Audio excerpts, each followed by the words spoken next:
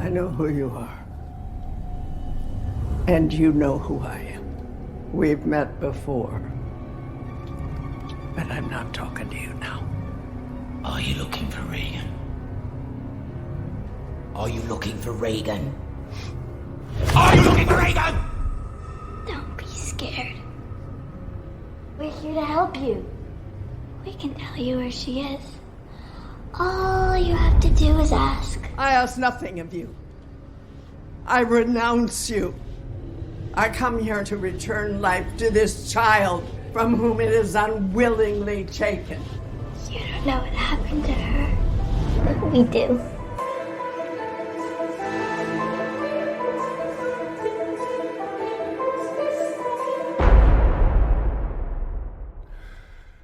Hey everybody, it's a happy Halloween from the gang here at Citizen Frame. It's October 31st, and we are continuing our Halloween month. It's more of a month and a quarter, not a month and a half. Yeah, well, near enough. Because we got a little treat for you after this one. We owe you one from Halloween month, so we'll be doing the last voyage of the Demeter for our next one for you. So anyways, we're here to talk. We like to close out Halloween month with the biggie of that month. And of course, this is the new Exorcist called Exorcist Believer. This is a trilogy of films that the boys who did the Halloween franchise just recently have gotten together. And Universal agreed with them because they spent $400 million to buy the rights to The Exorcist. And this trilogy is still happening. Despite the reviews this one's getting, they are going to move forward because it has to happen, because the story we're about to talk about wraps up with Deceiver. And then there's another one. I'm not sure what the third one's going to be about. So we talked with Indiana Jones, and we actually brought this up with Halloween Ends. And I'm not going to give them my big song and dance again because I don't have it in me to yell at y'all. But I am. Yeah. This movie was pissed on the minute it was announced. Same thing with Indiana Jones. Same thing with Halloween Ends. Piss off, David Gordon Green. You suck. Blah blah blah. Before it even they said roll it. This movie wasn't going to survive. Luckily, it did. It made its money. And they quickly released it on video on demand, so they'll get some Halloween funds from that as well. And we should be getting a sequel, and I hope we do get this trilogy. So, you haters out there, I don't know what you're looking at.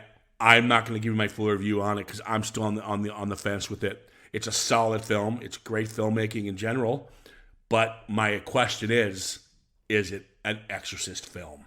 And that's where the question lies. If this came out with the Conjuring name, it would have been box office gold. I promise you that. In fact, it'd probably be the best Conjuring film ever produced if this had the Conjuring name. But it doesn't. These guys sold us an Exorcist film. And that's where we're going to mainly, our conversation is probably going to, I'm on the fence right now with it. That's where I'm at. And hopefully this discussion will teeter me in one direction or the other. I'm not on the fence, but yes, we'll get to it. Yeah. I know. You had your opinion way before this film came out, Trevor. No. That's completely incorrect. I said I'm going into it with an open mind. I think you're right. I'm not saying you are. I do think you're teetered. I apologize. You are. But so am I. And the reason I say that, the mind is always going to take in this info, whether it wants it or not. And so I'm sorry if you're reading all this hate and you read your reviews, you like your spoilers, and that's who you are. That's cool. But there's no way you're not going in with this movie already a piece of shit with reading all that. It's impossible. Right. I sort of agree with you because, yes, we are affected by everything that goes into our heads in terms of, the media, and it has never been more heightened than it is today. because of social media. And yes, as I discussed during the previous podcast about Indiana Jones and the Dial of Destiny, a pet hate of mine is people basically, for all intents and purposes, reviewing a film before seeing it or basing it on a trailer. That is a pet hate of mine. However, I do listen to these reviews, watch these reviews on YouTube, read them and such. So that's my fault. And yes, we are affected by everything. However, at the same time, we must go in and make our own opinion. Of course, that goes without saying. But yes, of course, you do get sort of affected by everything that you put into your head. So yes, I'll agree with you with that point. But at the same time, I always go in. I'll give you an example. Saw X that we watched a couple of weeks ago. I'm sure we'll get to the Saw films at some point in the future. But I went into that with low expectations, and I was blown away, really pleasantly surprised, in a good way, and in the best possible way, actually. But I did form my own opinion of this one, as I always do, and let's talk about it. Yeah, exactly. We're not going to go into the whole. We talked about this with Smile, a perfect example. We went to see Smile, great reviews. Can't wait to see it. It ended up being a piece of shit, but I didn't want the reviews to block my, the overselling it. So I watched it again, and it's still a piece of shit. But the flip side is, I have a tendency to stick up for a film if it's getting bullied. So I got to turn that mind off too. That mindset. Because as a horror film, as a Blumhouse film, remove the Exorcist name, this is a solid film and quite smart. And we'll drive into it, and we'll talk about you Exorcist haters, you so-called big fans. This has a lot of nods to the original source material. I looked it up. So bring it on, people. All right. Well, what's my notes? I think the moral of the story is, let's just get this out of the way right now. Don't listen to reviews. Just listen to Citizen Frame. Yeah, we know best.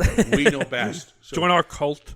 This is a new release, dipshits. I would say as well, on top of what you've just said, Ciaran, that I know you do like to stick up for films, but I would hardly call like a massive budget $1 million, arguably $1 billion Hollywood studios the underdog. So no, that's not fair. I mean, it doesn't matter who's making this film. Mm-hmm. You don't. I mean, you don't like major studios, which doesn't make any sense because you wouldn't have the shit you like Lighthouse. But you wouldn't. They wouldn't be impossible without the blockbusters. And it doesn't matter. I mean, who makes what? If something's being destroyed before it's even being filmed. No, I don't agree with that. I agree, and I agree with you on that. That's what you just did. I mean, no. Because but what I'm saying is, let me finish, please. Just because Universal Studios, they're so big studio, fuck them. What is that? I don't get your mentality with that. I don't really have that mentality. Maybe it comes across like that. Yeah, you always. I more have a chip on my shoulder, not with Universal, but more with Disney. To be honest. Okay, this isn't Disney, man. This isn't that. Marvel. This isn't Star Wars. I know that. But what I'm saying I'm upset now. This is Halloween, and I'm upset now. Oh, boo-hoo.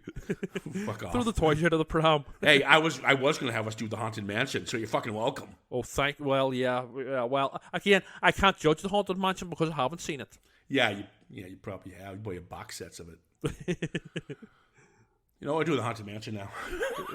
Well, I mean, I got to watch Doctor Who. Yeah.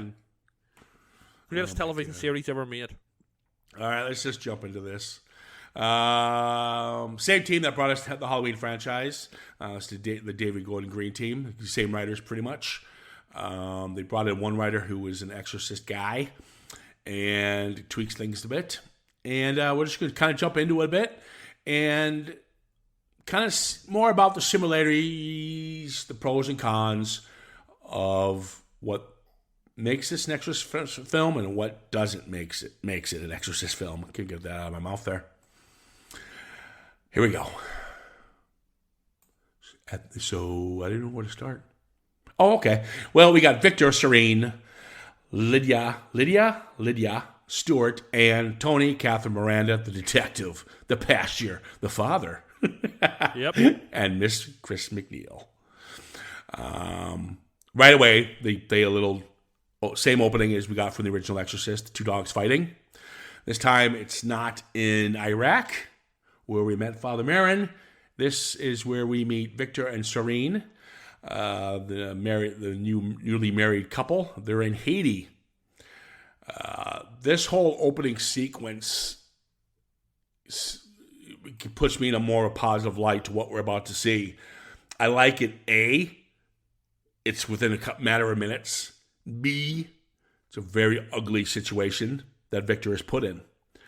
It also deals with C, voodoo. That's Haitian, right? In Haiti, they'd be dealing more with voodoo, right? Yes, that's where I believe voodoo originated. So we have this set up, and he looks like he's he's obviously a professional photographer somewhat, and this earthquake hits, and she gets trapped in the stairway, and he has to make this choice: do we save your wife or the child? Yes, she's heavily pregnant. Yeah, yeah, and then we cut to modern day. Obviously, he made the choice to save the child, or did he? Yeah. By the way, spoiler filled, people. This is a new release. I'm going to have to tell you that because, just in case, because it is a new release. Yeah, so yeah, the wife dies. Sorry about that. Well, all of our, it's not really a spoiler because it's at the start, but all of our podcasts are spoiler filled. It's kind of in the nature of it. You know? If you're listening to a film podcast, I mean, why would you listen to a film podcast that's not spoiler filled? Yeah. Because it'd be boring. Yeah. You know? Yeah. Okay. Now, you had me opening sequence. I'm like, okay, very depressing, very dark and deep. It's okay. You got me. I'm hooked. Good. Kudos to you. I'm in. Mistake number one. It's in a place called Percy, Georgia. Nothing against Percy, Georgia. I'm sure it's a lovely town.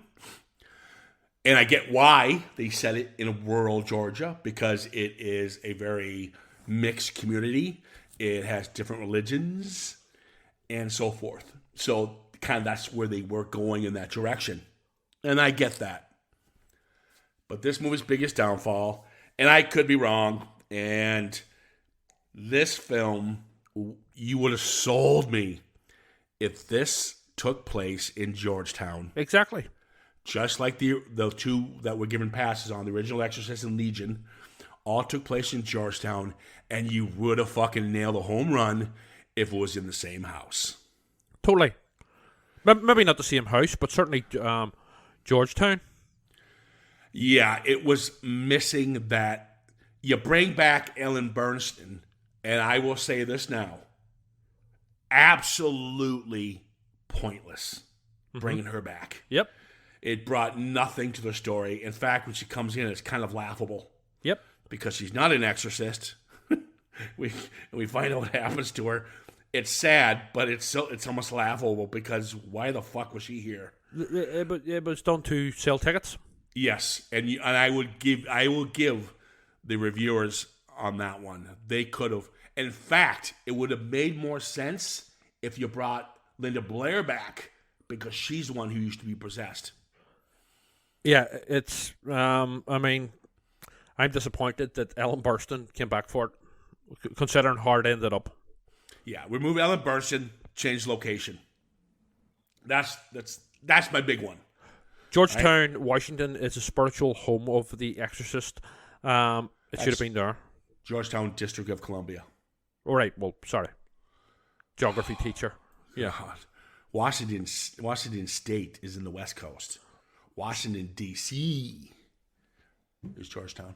Right, so it's Washington. Yeah, right, okay. I knew Washington was in the name somewhere. Well, good point. I do like the dynamic. I do like the fact how he's very protective of her. Like she wants to go meet her friend after school, and he doesn't want her to, he wants to keep tabs on her. So he's very protective of her because it's pretty much all that he has left, and the sacrifice that his wife made. Well, they're trying to mirror Chris and Regan from the original.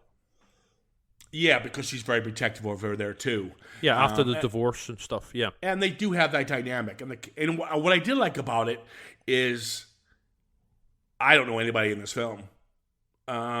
They kept some decent character actors. Ann Dowd has the best role, I think. She plays Anne. Oh, I hated her character. I kind of liked her character, but she's played these kind of roles before. So she was kind of a nice little grab to get. She's one of the, I'm not a big fan of it, as you know, about Hereditary, but the acting's so good, and she actually is very good in Hereditary. She is very good in Hereditary. And so she plays a character. She plays a character who's kind of you don't really trust her, because you find out in the beginning when she's already yelling at him for the garbage bins, and you go, what a bitch, I can't stand this character. But she's a character who comes full circle to protect them. And so I do like that character a bit. And I do like the whole, you meet Stuart, the neighbor, who's a very lovable character, very nice guy. You meet, obviously, Tony and Miranda from Catherine's side, her parents. What's great about it is, instead of having a couple, priests or so in a room, you had, because Chris McNeil mentions in her book that it's about people. It's not necessarily about faith and about this and this and this and this. It's about people coming together. I get that. You have this whole, let me finish, you have this whole community of people, different religions too, which I also really enjoyed. In fact, he kicks out one woman who's blessing the room of Angela, and he kicks her out.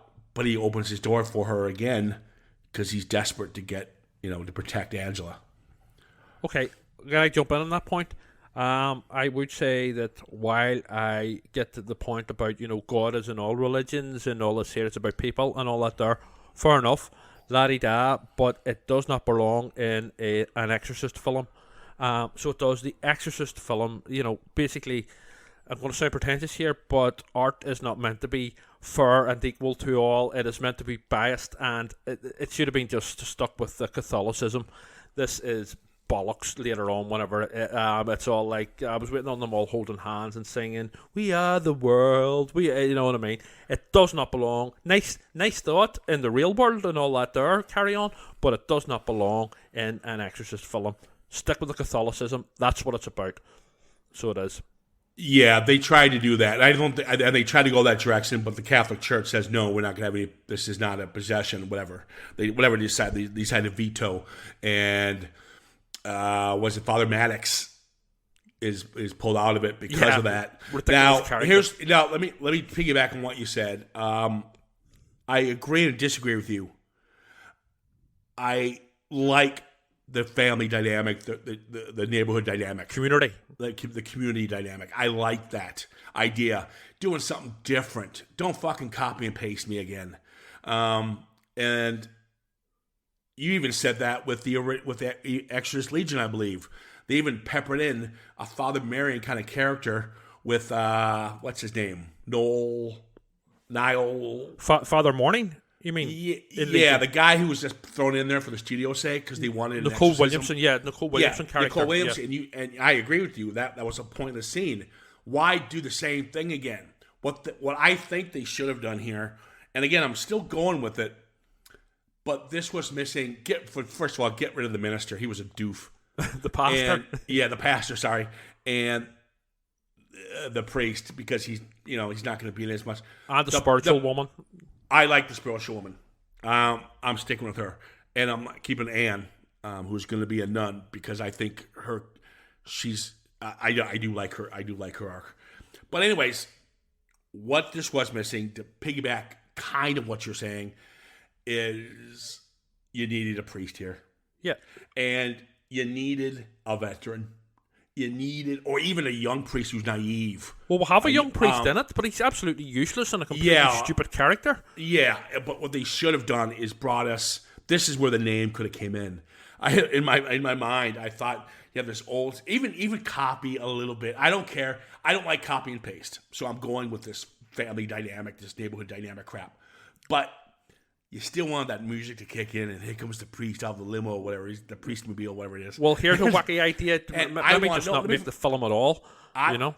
I wanted the two guys I have in my head. Believe it or not, I have one way outside the box.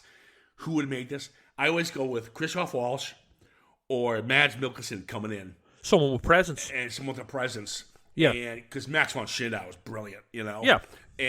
Or even Mark Ruffalo. I know it sounds Mark weird. Ruffalo? What? I know, but Mark Ruffalo The brings Hulk? that. He actually does more serious roles than just the Hulk. No, I know that. He was in Zodiac and stuff.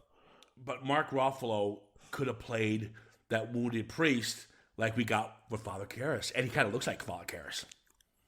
Well, what they could have done to change things up a bit, whereas Father Murren is a gentleman and very kindly and all that there, they could have had an older priest played by somebody like Christoph Waltz or Mads Mikkelsen with a real presence, who was actually a very different character in terms of his personality, who was more of a bastard and a tough nut. Oh, didn't believe in it. He's Yeah. like, I don't believe in any of this. The other ones did have enough faith to believe in it, and so. But he was a tough guy, and he wasn't a gentleman, something like that. Yeah, like put Russell Crowe's character from the Pope's Exorcist into this. I haven't seen it yet, so can't comment. But, yeah, but I get what you're saying. But let's move on. We're kind of, you and I are in the same agreement there, but at the same time, I'm happy with the path we're chosen. I'll go with it. Now, this time, we're not dealing with Pazuzu. In the original source material, the original book, rumor has it, there is a Pazuzu's archenemy. He is called Lamashtu. If this is true, then why does what do you call it? It's Chris in the- it's McNeil in- say we've met before? Because it's mentioned in I don't know. I can't. But I know it's in the book. Chris McNeil wouldn't have written a book either. Not the Chris McNeil in the original Okay, film. now you're jumping out. Now you're just jumping out of. We're talking about the demon right now. Right, go ahead. Okay. Jesus, you're all over the place. You're ripping on this movie, but being all over the place. You're all over the place. So Lumash, that was a stupid. I couldn't think of a comeback there. Yeah, so Lamashtu is the figure in this one, and he preys on pregnant women. So, did the mom Ciaran or the voodoo lady unleash Lamashtu onto Ciaran?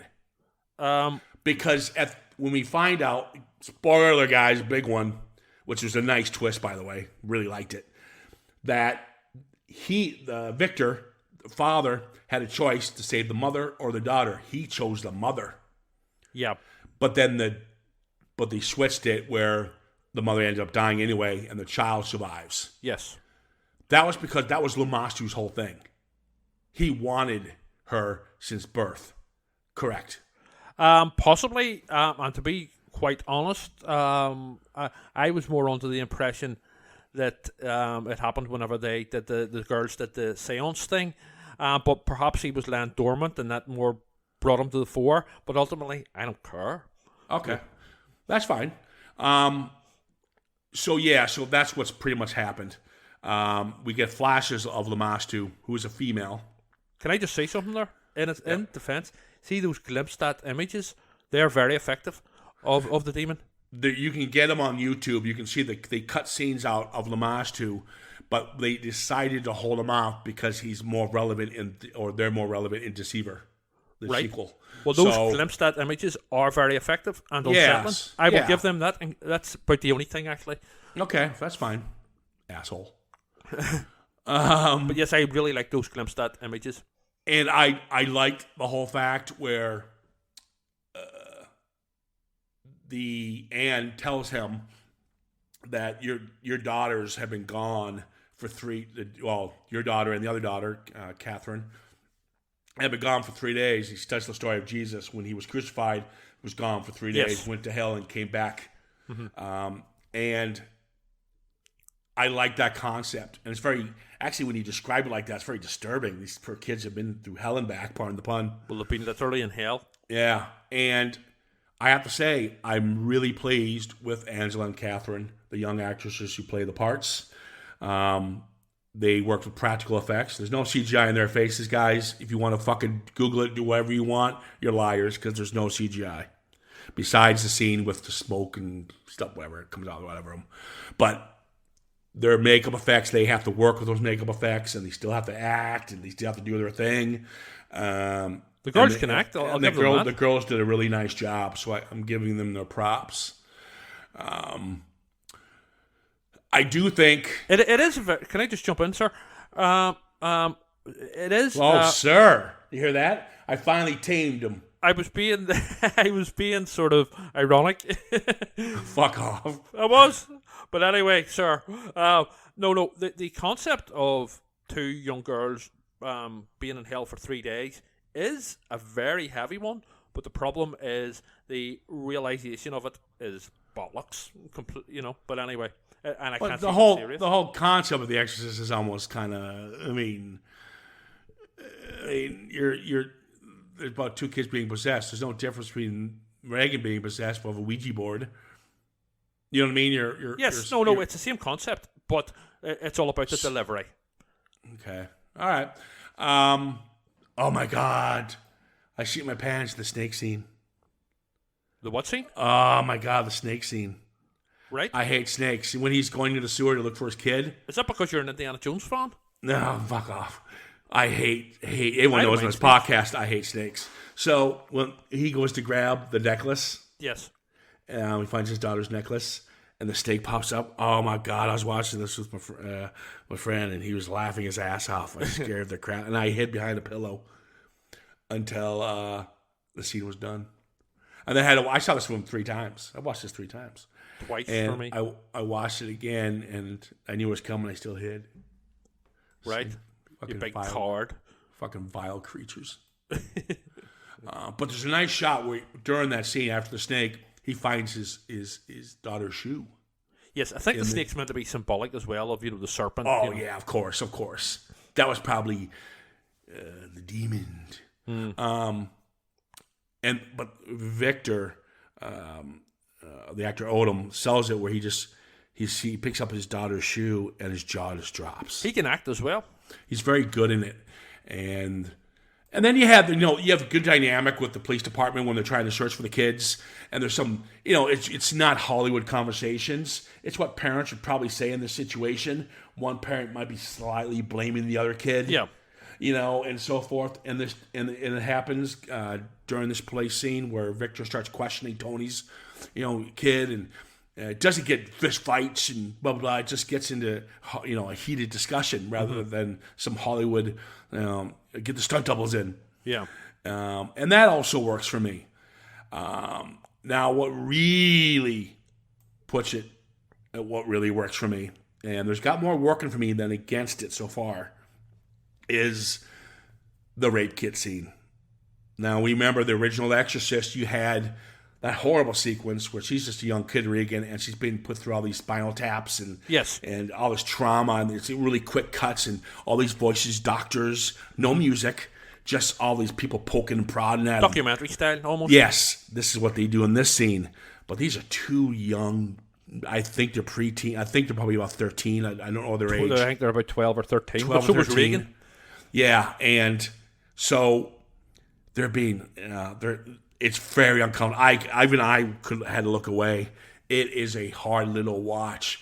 But wow, they do a really nice job of mirroring the trauma they're going through now to what Regan went through back in the 70s. And it's so effective. And I don't think people are catching it. I think they're just blinded by the hate. And it's too bad. Because it's copy and paste of the original? It's not copy and paste. If it was copy and paste, you wouldn't be sitting here bad-mouthing it. No, yeah, but it's badly... That's the problem. Bad copy and paste. You want a copy and paste. That's your problem. But it's bad copy and paste. It's not. Again, it's that whole rape kit scene is bad filmmaking. What is? That rape kit scene is not bad filmmaking. It's passable, but for an Exorcist film, again, you said it yourself. Maybe if this was a Conjuring film, which it basically is, let's be honest about it, it would be more effective. But for an Exorcist film, nah. That makes no... Okay, so the rape kit scene didn't have any effect on you. All right, that's fine. Not really, no. Wow, that's... All right. Wow. I've seen it all done before and much better. You've seen better rape kit scene movies? What? You've seen better rape kit scene movies? No, you know what I mean. More powerful and effective. You know what I mean? In the original. Disagree. 100% disagree. I think this is where it shines. But, and what also works for the film, what the original Exorcist did, there's no music. We're over about 45 minutes into this film. They'll have a little boom, like a little humming sound maybe in the background, or a beating of a little drum or something with some tensions coming. But you have to really listen for it. And it really works, especially during the examination scene and the scenes where the kids are starting to act up and fully turn. And there's no music. In fact, the music really only kicks in when he makes the choice to go visit Chris McNeil, and then we get the new Tubular Bells. And that's the first time you really hear the music. There's no credits for this film. There's nothing. Which I can't remember the original Exorcist, which I think was the same. But I just, all the way till they get fully possessed, I'm on board.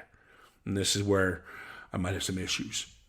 Because I do like, I didn't like Angela's possession. She pees the bed and she turns the light on and off. Kind of annoying if you ask me. I'd beat the shit out of the demon if I'm doing that. I'm trying to shave. Yeah, it's just, it's basically ticking all the boxes of what these multiple possession films done. You know, the light switching on and off and all that there sort of thing. It's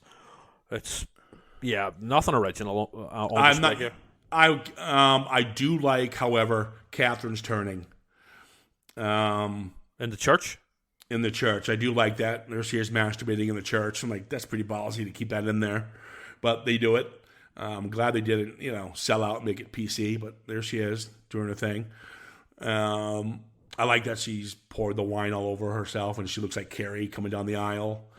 I thought it was ridiculous whenever she got to her speech, that the body and the blood, it was just, give me a break. Yeah, well, I'm on board with it still. I do, because she sells it. When she's saying that, she's looking up at us with her eyes looking up, and the camera's above her, so she's got to put her eyes up to look at us, knowing the possession's taken over. It's quite creepy, actually. I actually rather enjoyed it. It was a little more tame than I like it. It was tame. It's tame all over. They were being a little safe. Yeah. Which I don't think that's David Gordon Green's issue. I think that's Blumhouse. Studio note. Blumhouse has a tendency to tone things back a bit. He doesn't coming near the finale, but this is where you need to sell it more. This is the scenes where you need to show these kids in peril. Granted, we are seeing that already, build of the course. tension. But you really want to sell this. You need a little more edge. Now, when you get it, when Angela is institutionalized, and there's a great scene where she's talking to Anne. Well, she's I guess taunting Anne, and she calls Anne by her sister. She was going to be a nun, and when you're a nun, you change your name. Mm-hmm. Her name was Mary Xavier, Sister Mary Xavier, and she had a baby that she didn't keep. Well, she knew this, Angela. And obviously she tells this to Victor. There's no way he would have known. She would have known this. Yeah. Nobody knows that but me. It goes back to the original, where the demon that's in Reagan knows about Karis's mother, but this is no. Let's just say the Aunt-Out character has no Karis. So that's where Victor kind of maybe I need to talk to Chris McNeil. Now that scene where she does tell her real sister's name, and then she has her period. It's like, fuck. That's even still ballsy, because again, you're dealing with young kids. I didn't think it was a period, to be honest. I thought it was imitating what the Aunt-Out character had done. Even worse, the abortion. Yes, that's what I thought. Oh, that's okay. Even worse. You're selling for it yes, even more. It is. But again, it's all down to the way it's done, and it didn't hit me on a powerful level. You know what? Maybe I'm spoiled with I've seen too much fucking horror, and therefore I've set the bar too high. I don't know. You all have. You all have. Yeah. I agree. I mean, I can't argue with you because, we talked about this, and how many times we talk about 70s films Yeah. where people, you can't touch the 70s. Yes. The MPAA did exist, but filmmakers back then said, "Fuck you, give us an X rating. We don't care. We're not editing this." And studios weren't. They were concerned about money, obviously, but they weren't. It's not as overzealous as it is today. No, it's not that they're overzealous. It's that we're in a different world now, where people, we're run by millennials who want their political correctness.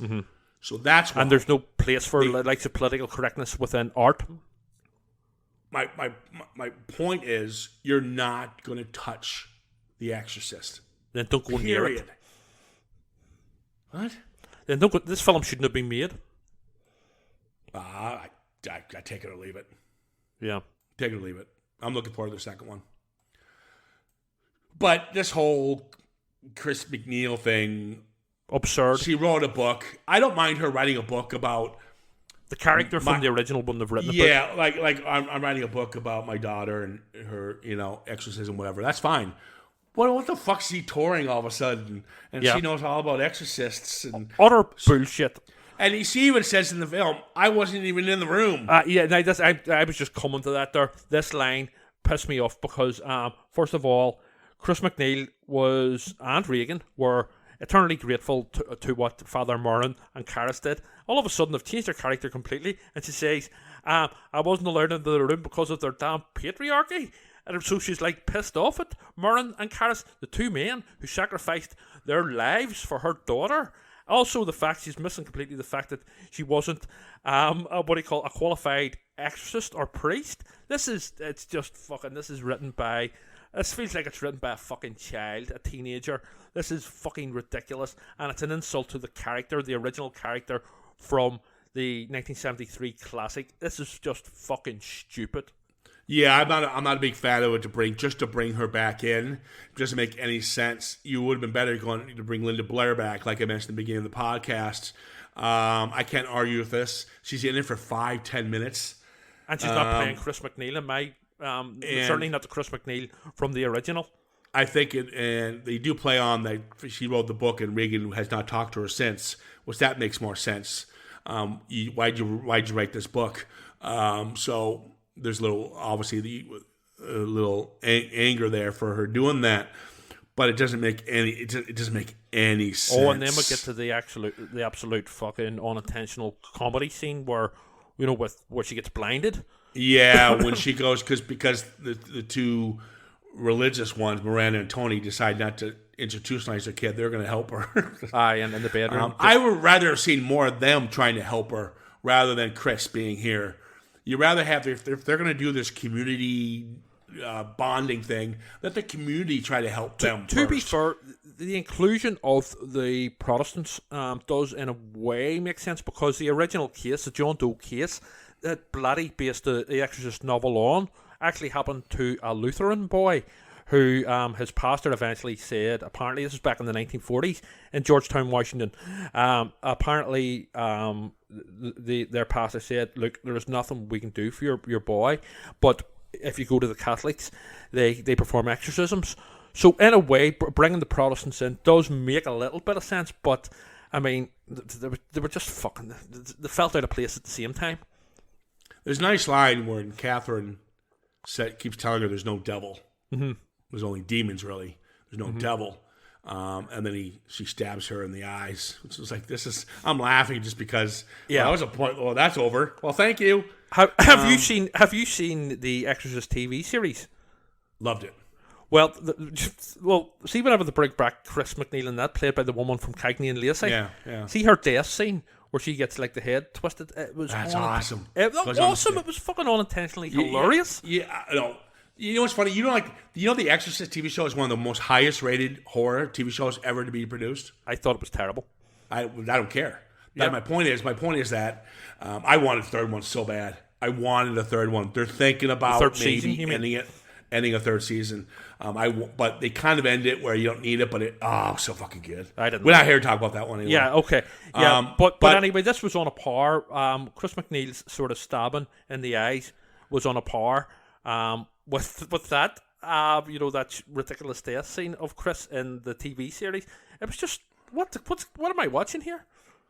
Now, when she gets stabbed, I like the line where she obviously takes her eyes out, and she goes, "If you believe in the devil, then open your eyes." Good little, wow, wow, wow, wow, wow. Yeah, well, I checked out. My brain checked out at this point. It was just, Yeah, so they decided to have this exorcism in the house. Obviously, they only have the pastor. Father Maddox can't be part of it because the Catholic Church won't be helping them. They might as well have had fucking Father Ted instead of Father Maddox. Yeah, I do think it's funny that he finally comes in to save the day and he gets his neck broken. Good. Another unintentionally hilarious scene. Oh, that was a great neck break, though. No, it was just unintentionally hilarious. He's like the weakest character ever in any film ever. Yes, he doesn't do anything to help. Yeah, I was 100% on the demon's side. Just fucking break that fucking idiot's neck. There's a nice scene where he brings back. Remember, before this all happened, he brings back the woman he kicked out, the spiritualist. Yes, and she has this bathtub, this concoction in the bathtub. Yeah, more nonsense. Yep. Who gives a shit? Would you stop? So she pours the stuff on top of it, and it's so well shot that it looks like the child was melting. Mm-hmm. That was a cool shot. Yeah, I didn't catch that because you're sitting there fucking huffing and crying. I checked out. My brain had checked out at this point, and we're down in generic sort of Conjuring, but we're like full on Conjuring mode at this point, So this is where we find out the demon has decided you have to kill one of us for one to survive. Sophie's choice. Yeah, exactly. So, and this is where we find out that the father actually picked his wife to survive, not the baby. And this is where I got confused, where I believe the demon was in Ciaran or in the baby the whole time, since they're in Haiti, because the demon says, I know about you picking, you picked mom over me. You picked mom over me. And he starts laughing, saying, well, I survived, or something like that, or the baby, we tricked you. Yeah. She said, we tricked you, the baby God survived. played a trick on you. Yeah, so I think the demon was, like you said, was already there, partially. But the seance had brought it to the fore type thing. Yeah, exactly. And you know what? And then the father, Tony, runs to the daughter, Catherine, and you're thrown off because Catherine seems to have survived, and that's where we see Angela die. But it ends up reversing. Yes. Catherine ends up dying, and Angela survives. I mean, that's a nice little scene. I actually like the way it played out. And unfortunately, like you said, a lot of you have already checked out at this point. I still think it does sell that, what has just happened here. It's run of the mill. In fact, if you took away the priest and you took away some of the demonic stuff and you just having conversations with the demon, and this ends up happening, that would have been better. Then we don't need the neck breaking of the priest. Get rid of that. We don't need all this. Let's just play on the conversation. And that's the way The Exorcist was between Karis and Marin and so forth. It was all about conversation and taunting each other. Well, taunting the demon and then demon taunting them back and forth. Like a tennis match. Mm-hmm. And they kind of do that here, but I think they kind of lose their way. Well, we got to put a death in here. Let's put the priest in there. And that's where you kind of pepper in some stuff that, quite frankly, they didn't trust themselves. Well, the I don't exorcism, think they needed to. Yeah, the exorcism itself, it's like they're throwing everything but the kitchen sink in. You know what I mean? Well, they don't know what they're doing. Yeah, exactly. This is different. That's the whole point. No, I'm not saying the filmmakers. No, they don't know. The filmmakers don't know what they're doing. No, I don't. I think they do. I think what they're trying to do is that you got these people of all different faiths trying their own faith. You had the spiritual lady. You had Anne, who is the more experienced one. You had the pastor. None of them would work. So each one they would try. And so there really isn't an exorcism here. The demon's laughing at him pretty much and pretty much tells him, well, you know what? I'll let it go. I'll tell you what. You choose who dies. Avengers assemble. And no, I don't. I think that's all right. I think I would go with that. And at the end, the demon wins. demon wins by you choose, and I'll go. And that's what happens. Well, I mean, the problem I had really with the whole sort of, while it is on paper a ballsy thing to do to kill off one of the girls, as we went through this exorcism scene and stuff, we're now in complete melodrama world, and it's basically, this feels like a made-for-TV movie. I know I say that quite a lot on the podcast, but it really does, due to the sort of over-the-top melodrama. And it's just, there's no real subtlety, there's no real tension, and there's no real power behind any of it. And again, I was just watching a generic sort of 15 PG-13 demonic possession film that you would get with the likes of The Conjuring or The Nun or that, that sort of thing. So yeah, on paper, killing off a child, one of the two girls, is quite ballsy. I will say that, but realization of it is just like, after, with the priest getting his head like spun around and stuff, which was, I couldn't take anything serious anymore.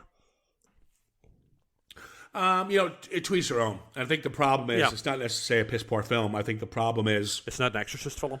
No, you got to stop with that. It's the problem is there's thousands of Exorcist films. Yes, thousands.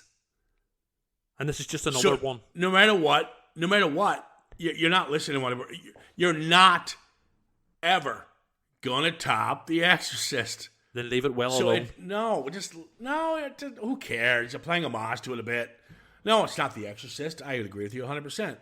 But at the end of the day, what the fuck? You guys are a bunch of whiny ass bastards. No. Father Mary back. I've given you an honest opinion this guy here. Back.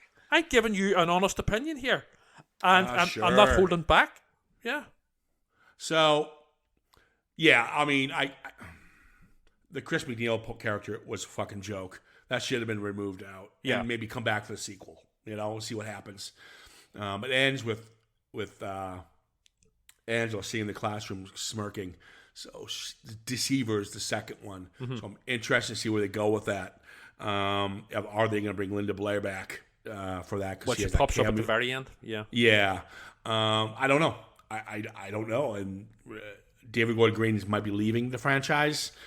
Now the studio has to make 2 more. I think they're legally obligated to. I think that's part of the deal in the contract. Yeah. So, and the trilogy is written. It's not like, let's do another one quick. No, they've written a trilogy. So you technically have to see all 3. That's the rumor. David Gordon Green might be stepping down, not because he's being hated on, because I think he's a fucking great director. And unlike everyone else in the world, I loved the Halloween trilogy he did. I like the Halloween trilogy that he did. Yeah, you did as well. And so I applaud him. I hope he comes back. Tell the haters to fuck off. Not because the haters are wrong necessarily, but the haters just fucking grow up and lighten up. The guy can't direct, but the problem is here, this is not really directed by him. This is a studio film. I think that's where I was about to go. I think the thorn in this movie's paw is not David Gordon Green. And if David Gordon Green is going to step away, it's not because of the haters of him.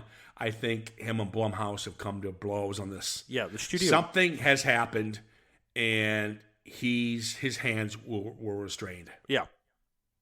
Yeah, this is Exorcist Light. It's not even Exorcist to me, but this is, But I've made my points. Yeah, okay. We don't have to talk about it anymore. You're a hateful prick. I'm not. No, listen. It is. You're right. It's. You got The Exorcist and you got Legion. You got The Beginning, and then you have Exorcist 2, The Heretic. But I will call you on this one. To say this is worse than The Exorcist 2, which you did last week, fuck off. It's a different type of bad. But okay, whatever. Whatever.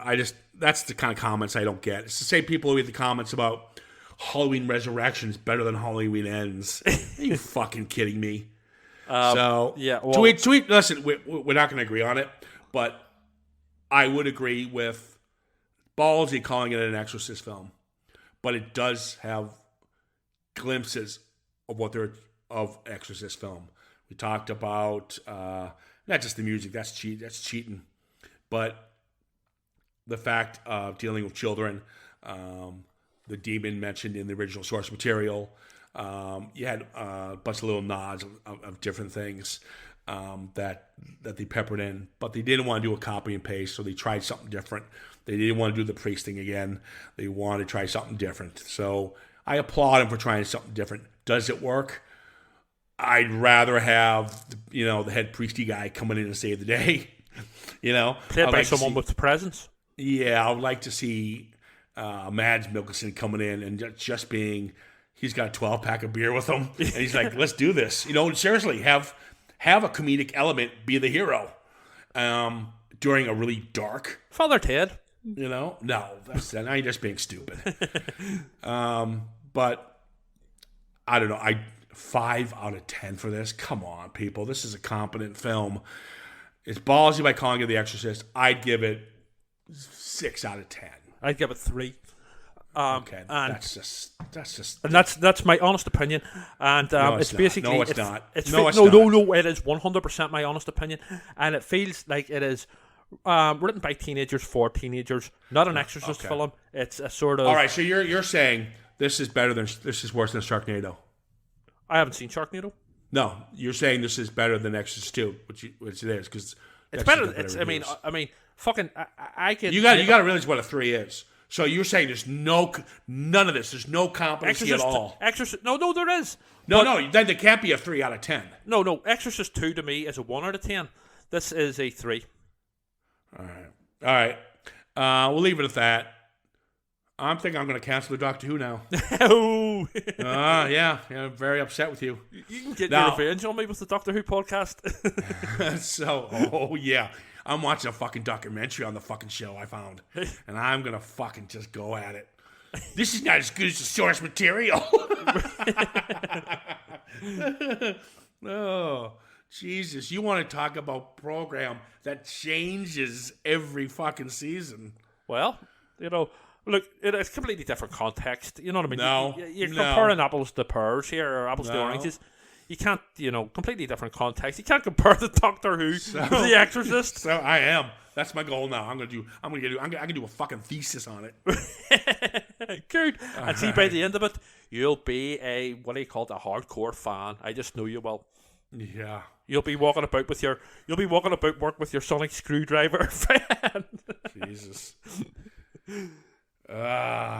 May the power of Christ compel me. All right, guys, we're going to wrap this one up. Thanks for listening. And if you haven't seen it, go check it out for yourself. Yes, make your own. Yes, I would say, despite everything I said, I would say always, make your own sort of decisions on any film, And I will say this. Most films that get blackballed like this one, Halloween Ends would be a perfect example. Which I liked. Watch it a second time. Yeah. You'll get something more out of it. And if you don't, then you don't like it. But give it another shot. Form your own opinion. Don't blackball a film based on one viewing. If you're really not going to like it, you got to give it another shot. Without, the reviews, you've already watched it yourself. Go in a little more open-minded. Watch it again. And let us know what you think. Because I think there's better stuff here. Fortunately, I think Blumhouse got his hands on Form your own opinion. And as the late great Christopher Hitchens once said... Who the hell's that? He was a journalist and writer and author. But as the late great Christopher Hitchens once said, I don't want you to think like me. I want you to think for yourself. There you go. I respect that. Yeah. Or as the great Ciaran would say, fuck off. It's a pretty decent film. Watch it. Happy Halloween, everyone. Yeah, have a good one, guys. Later.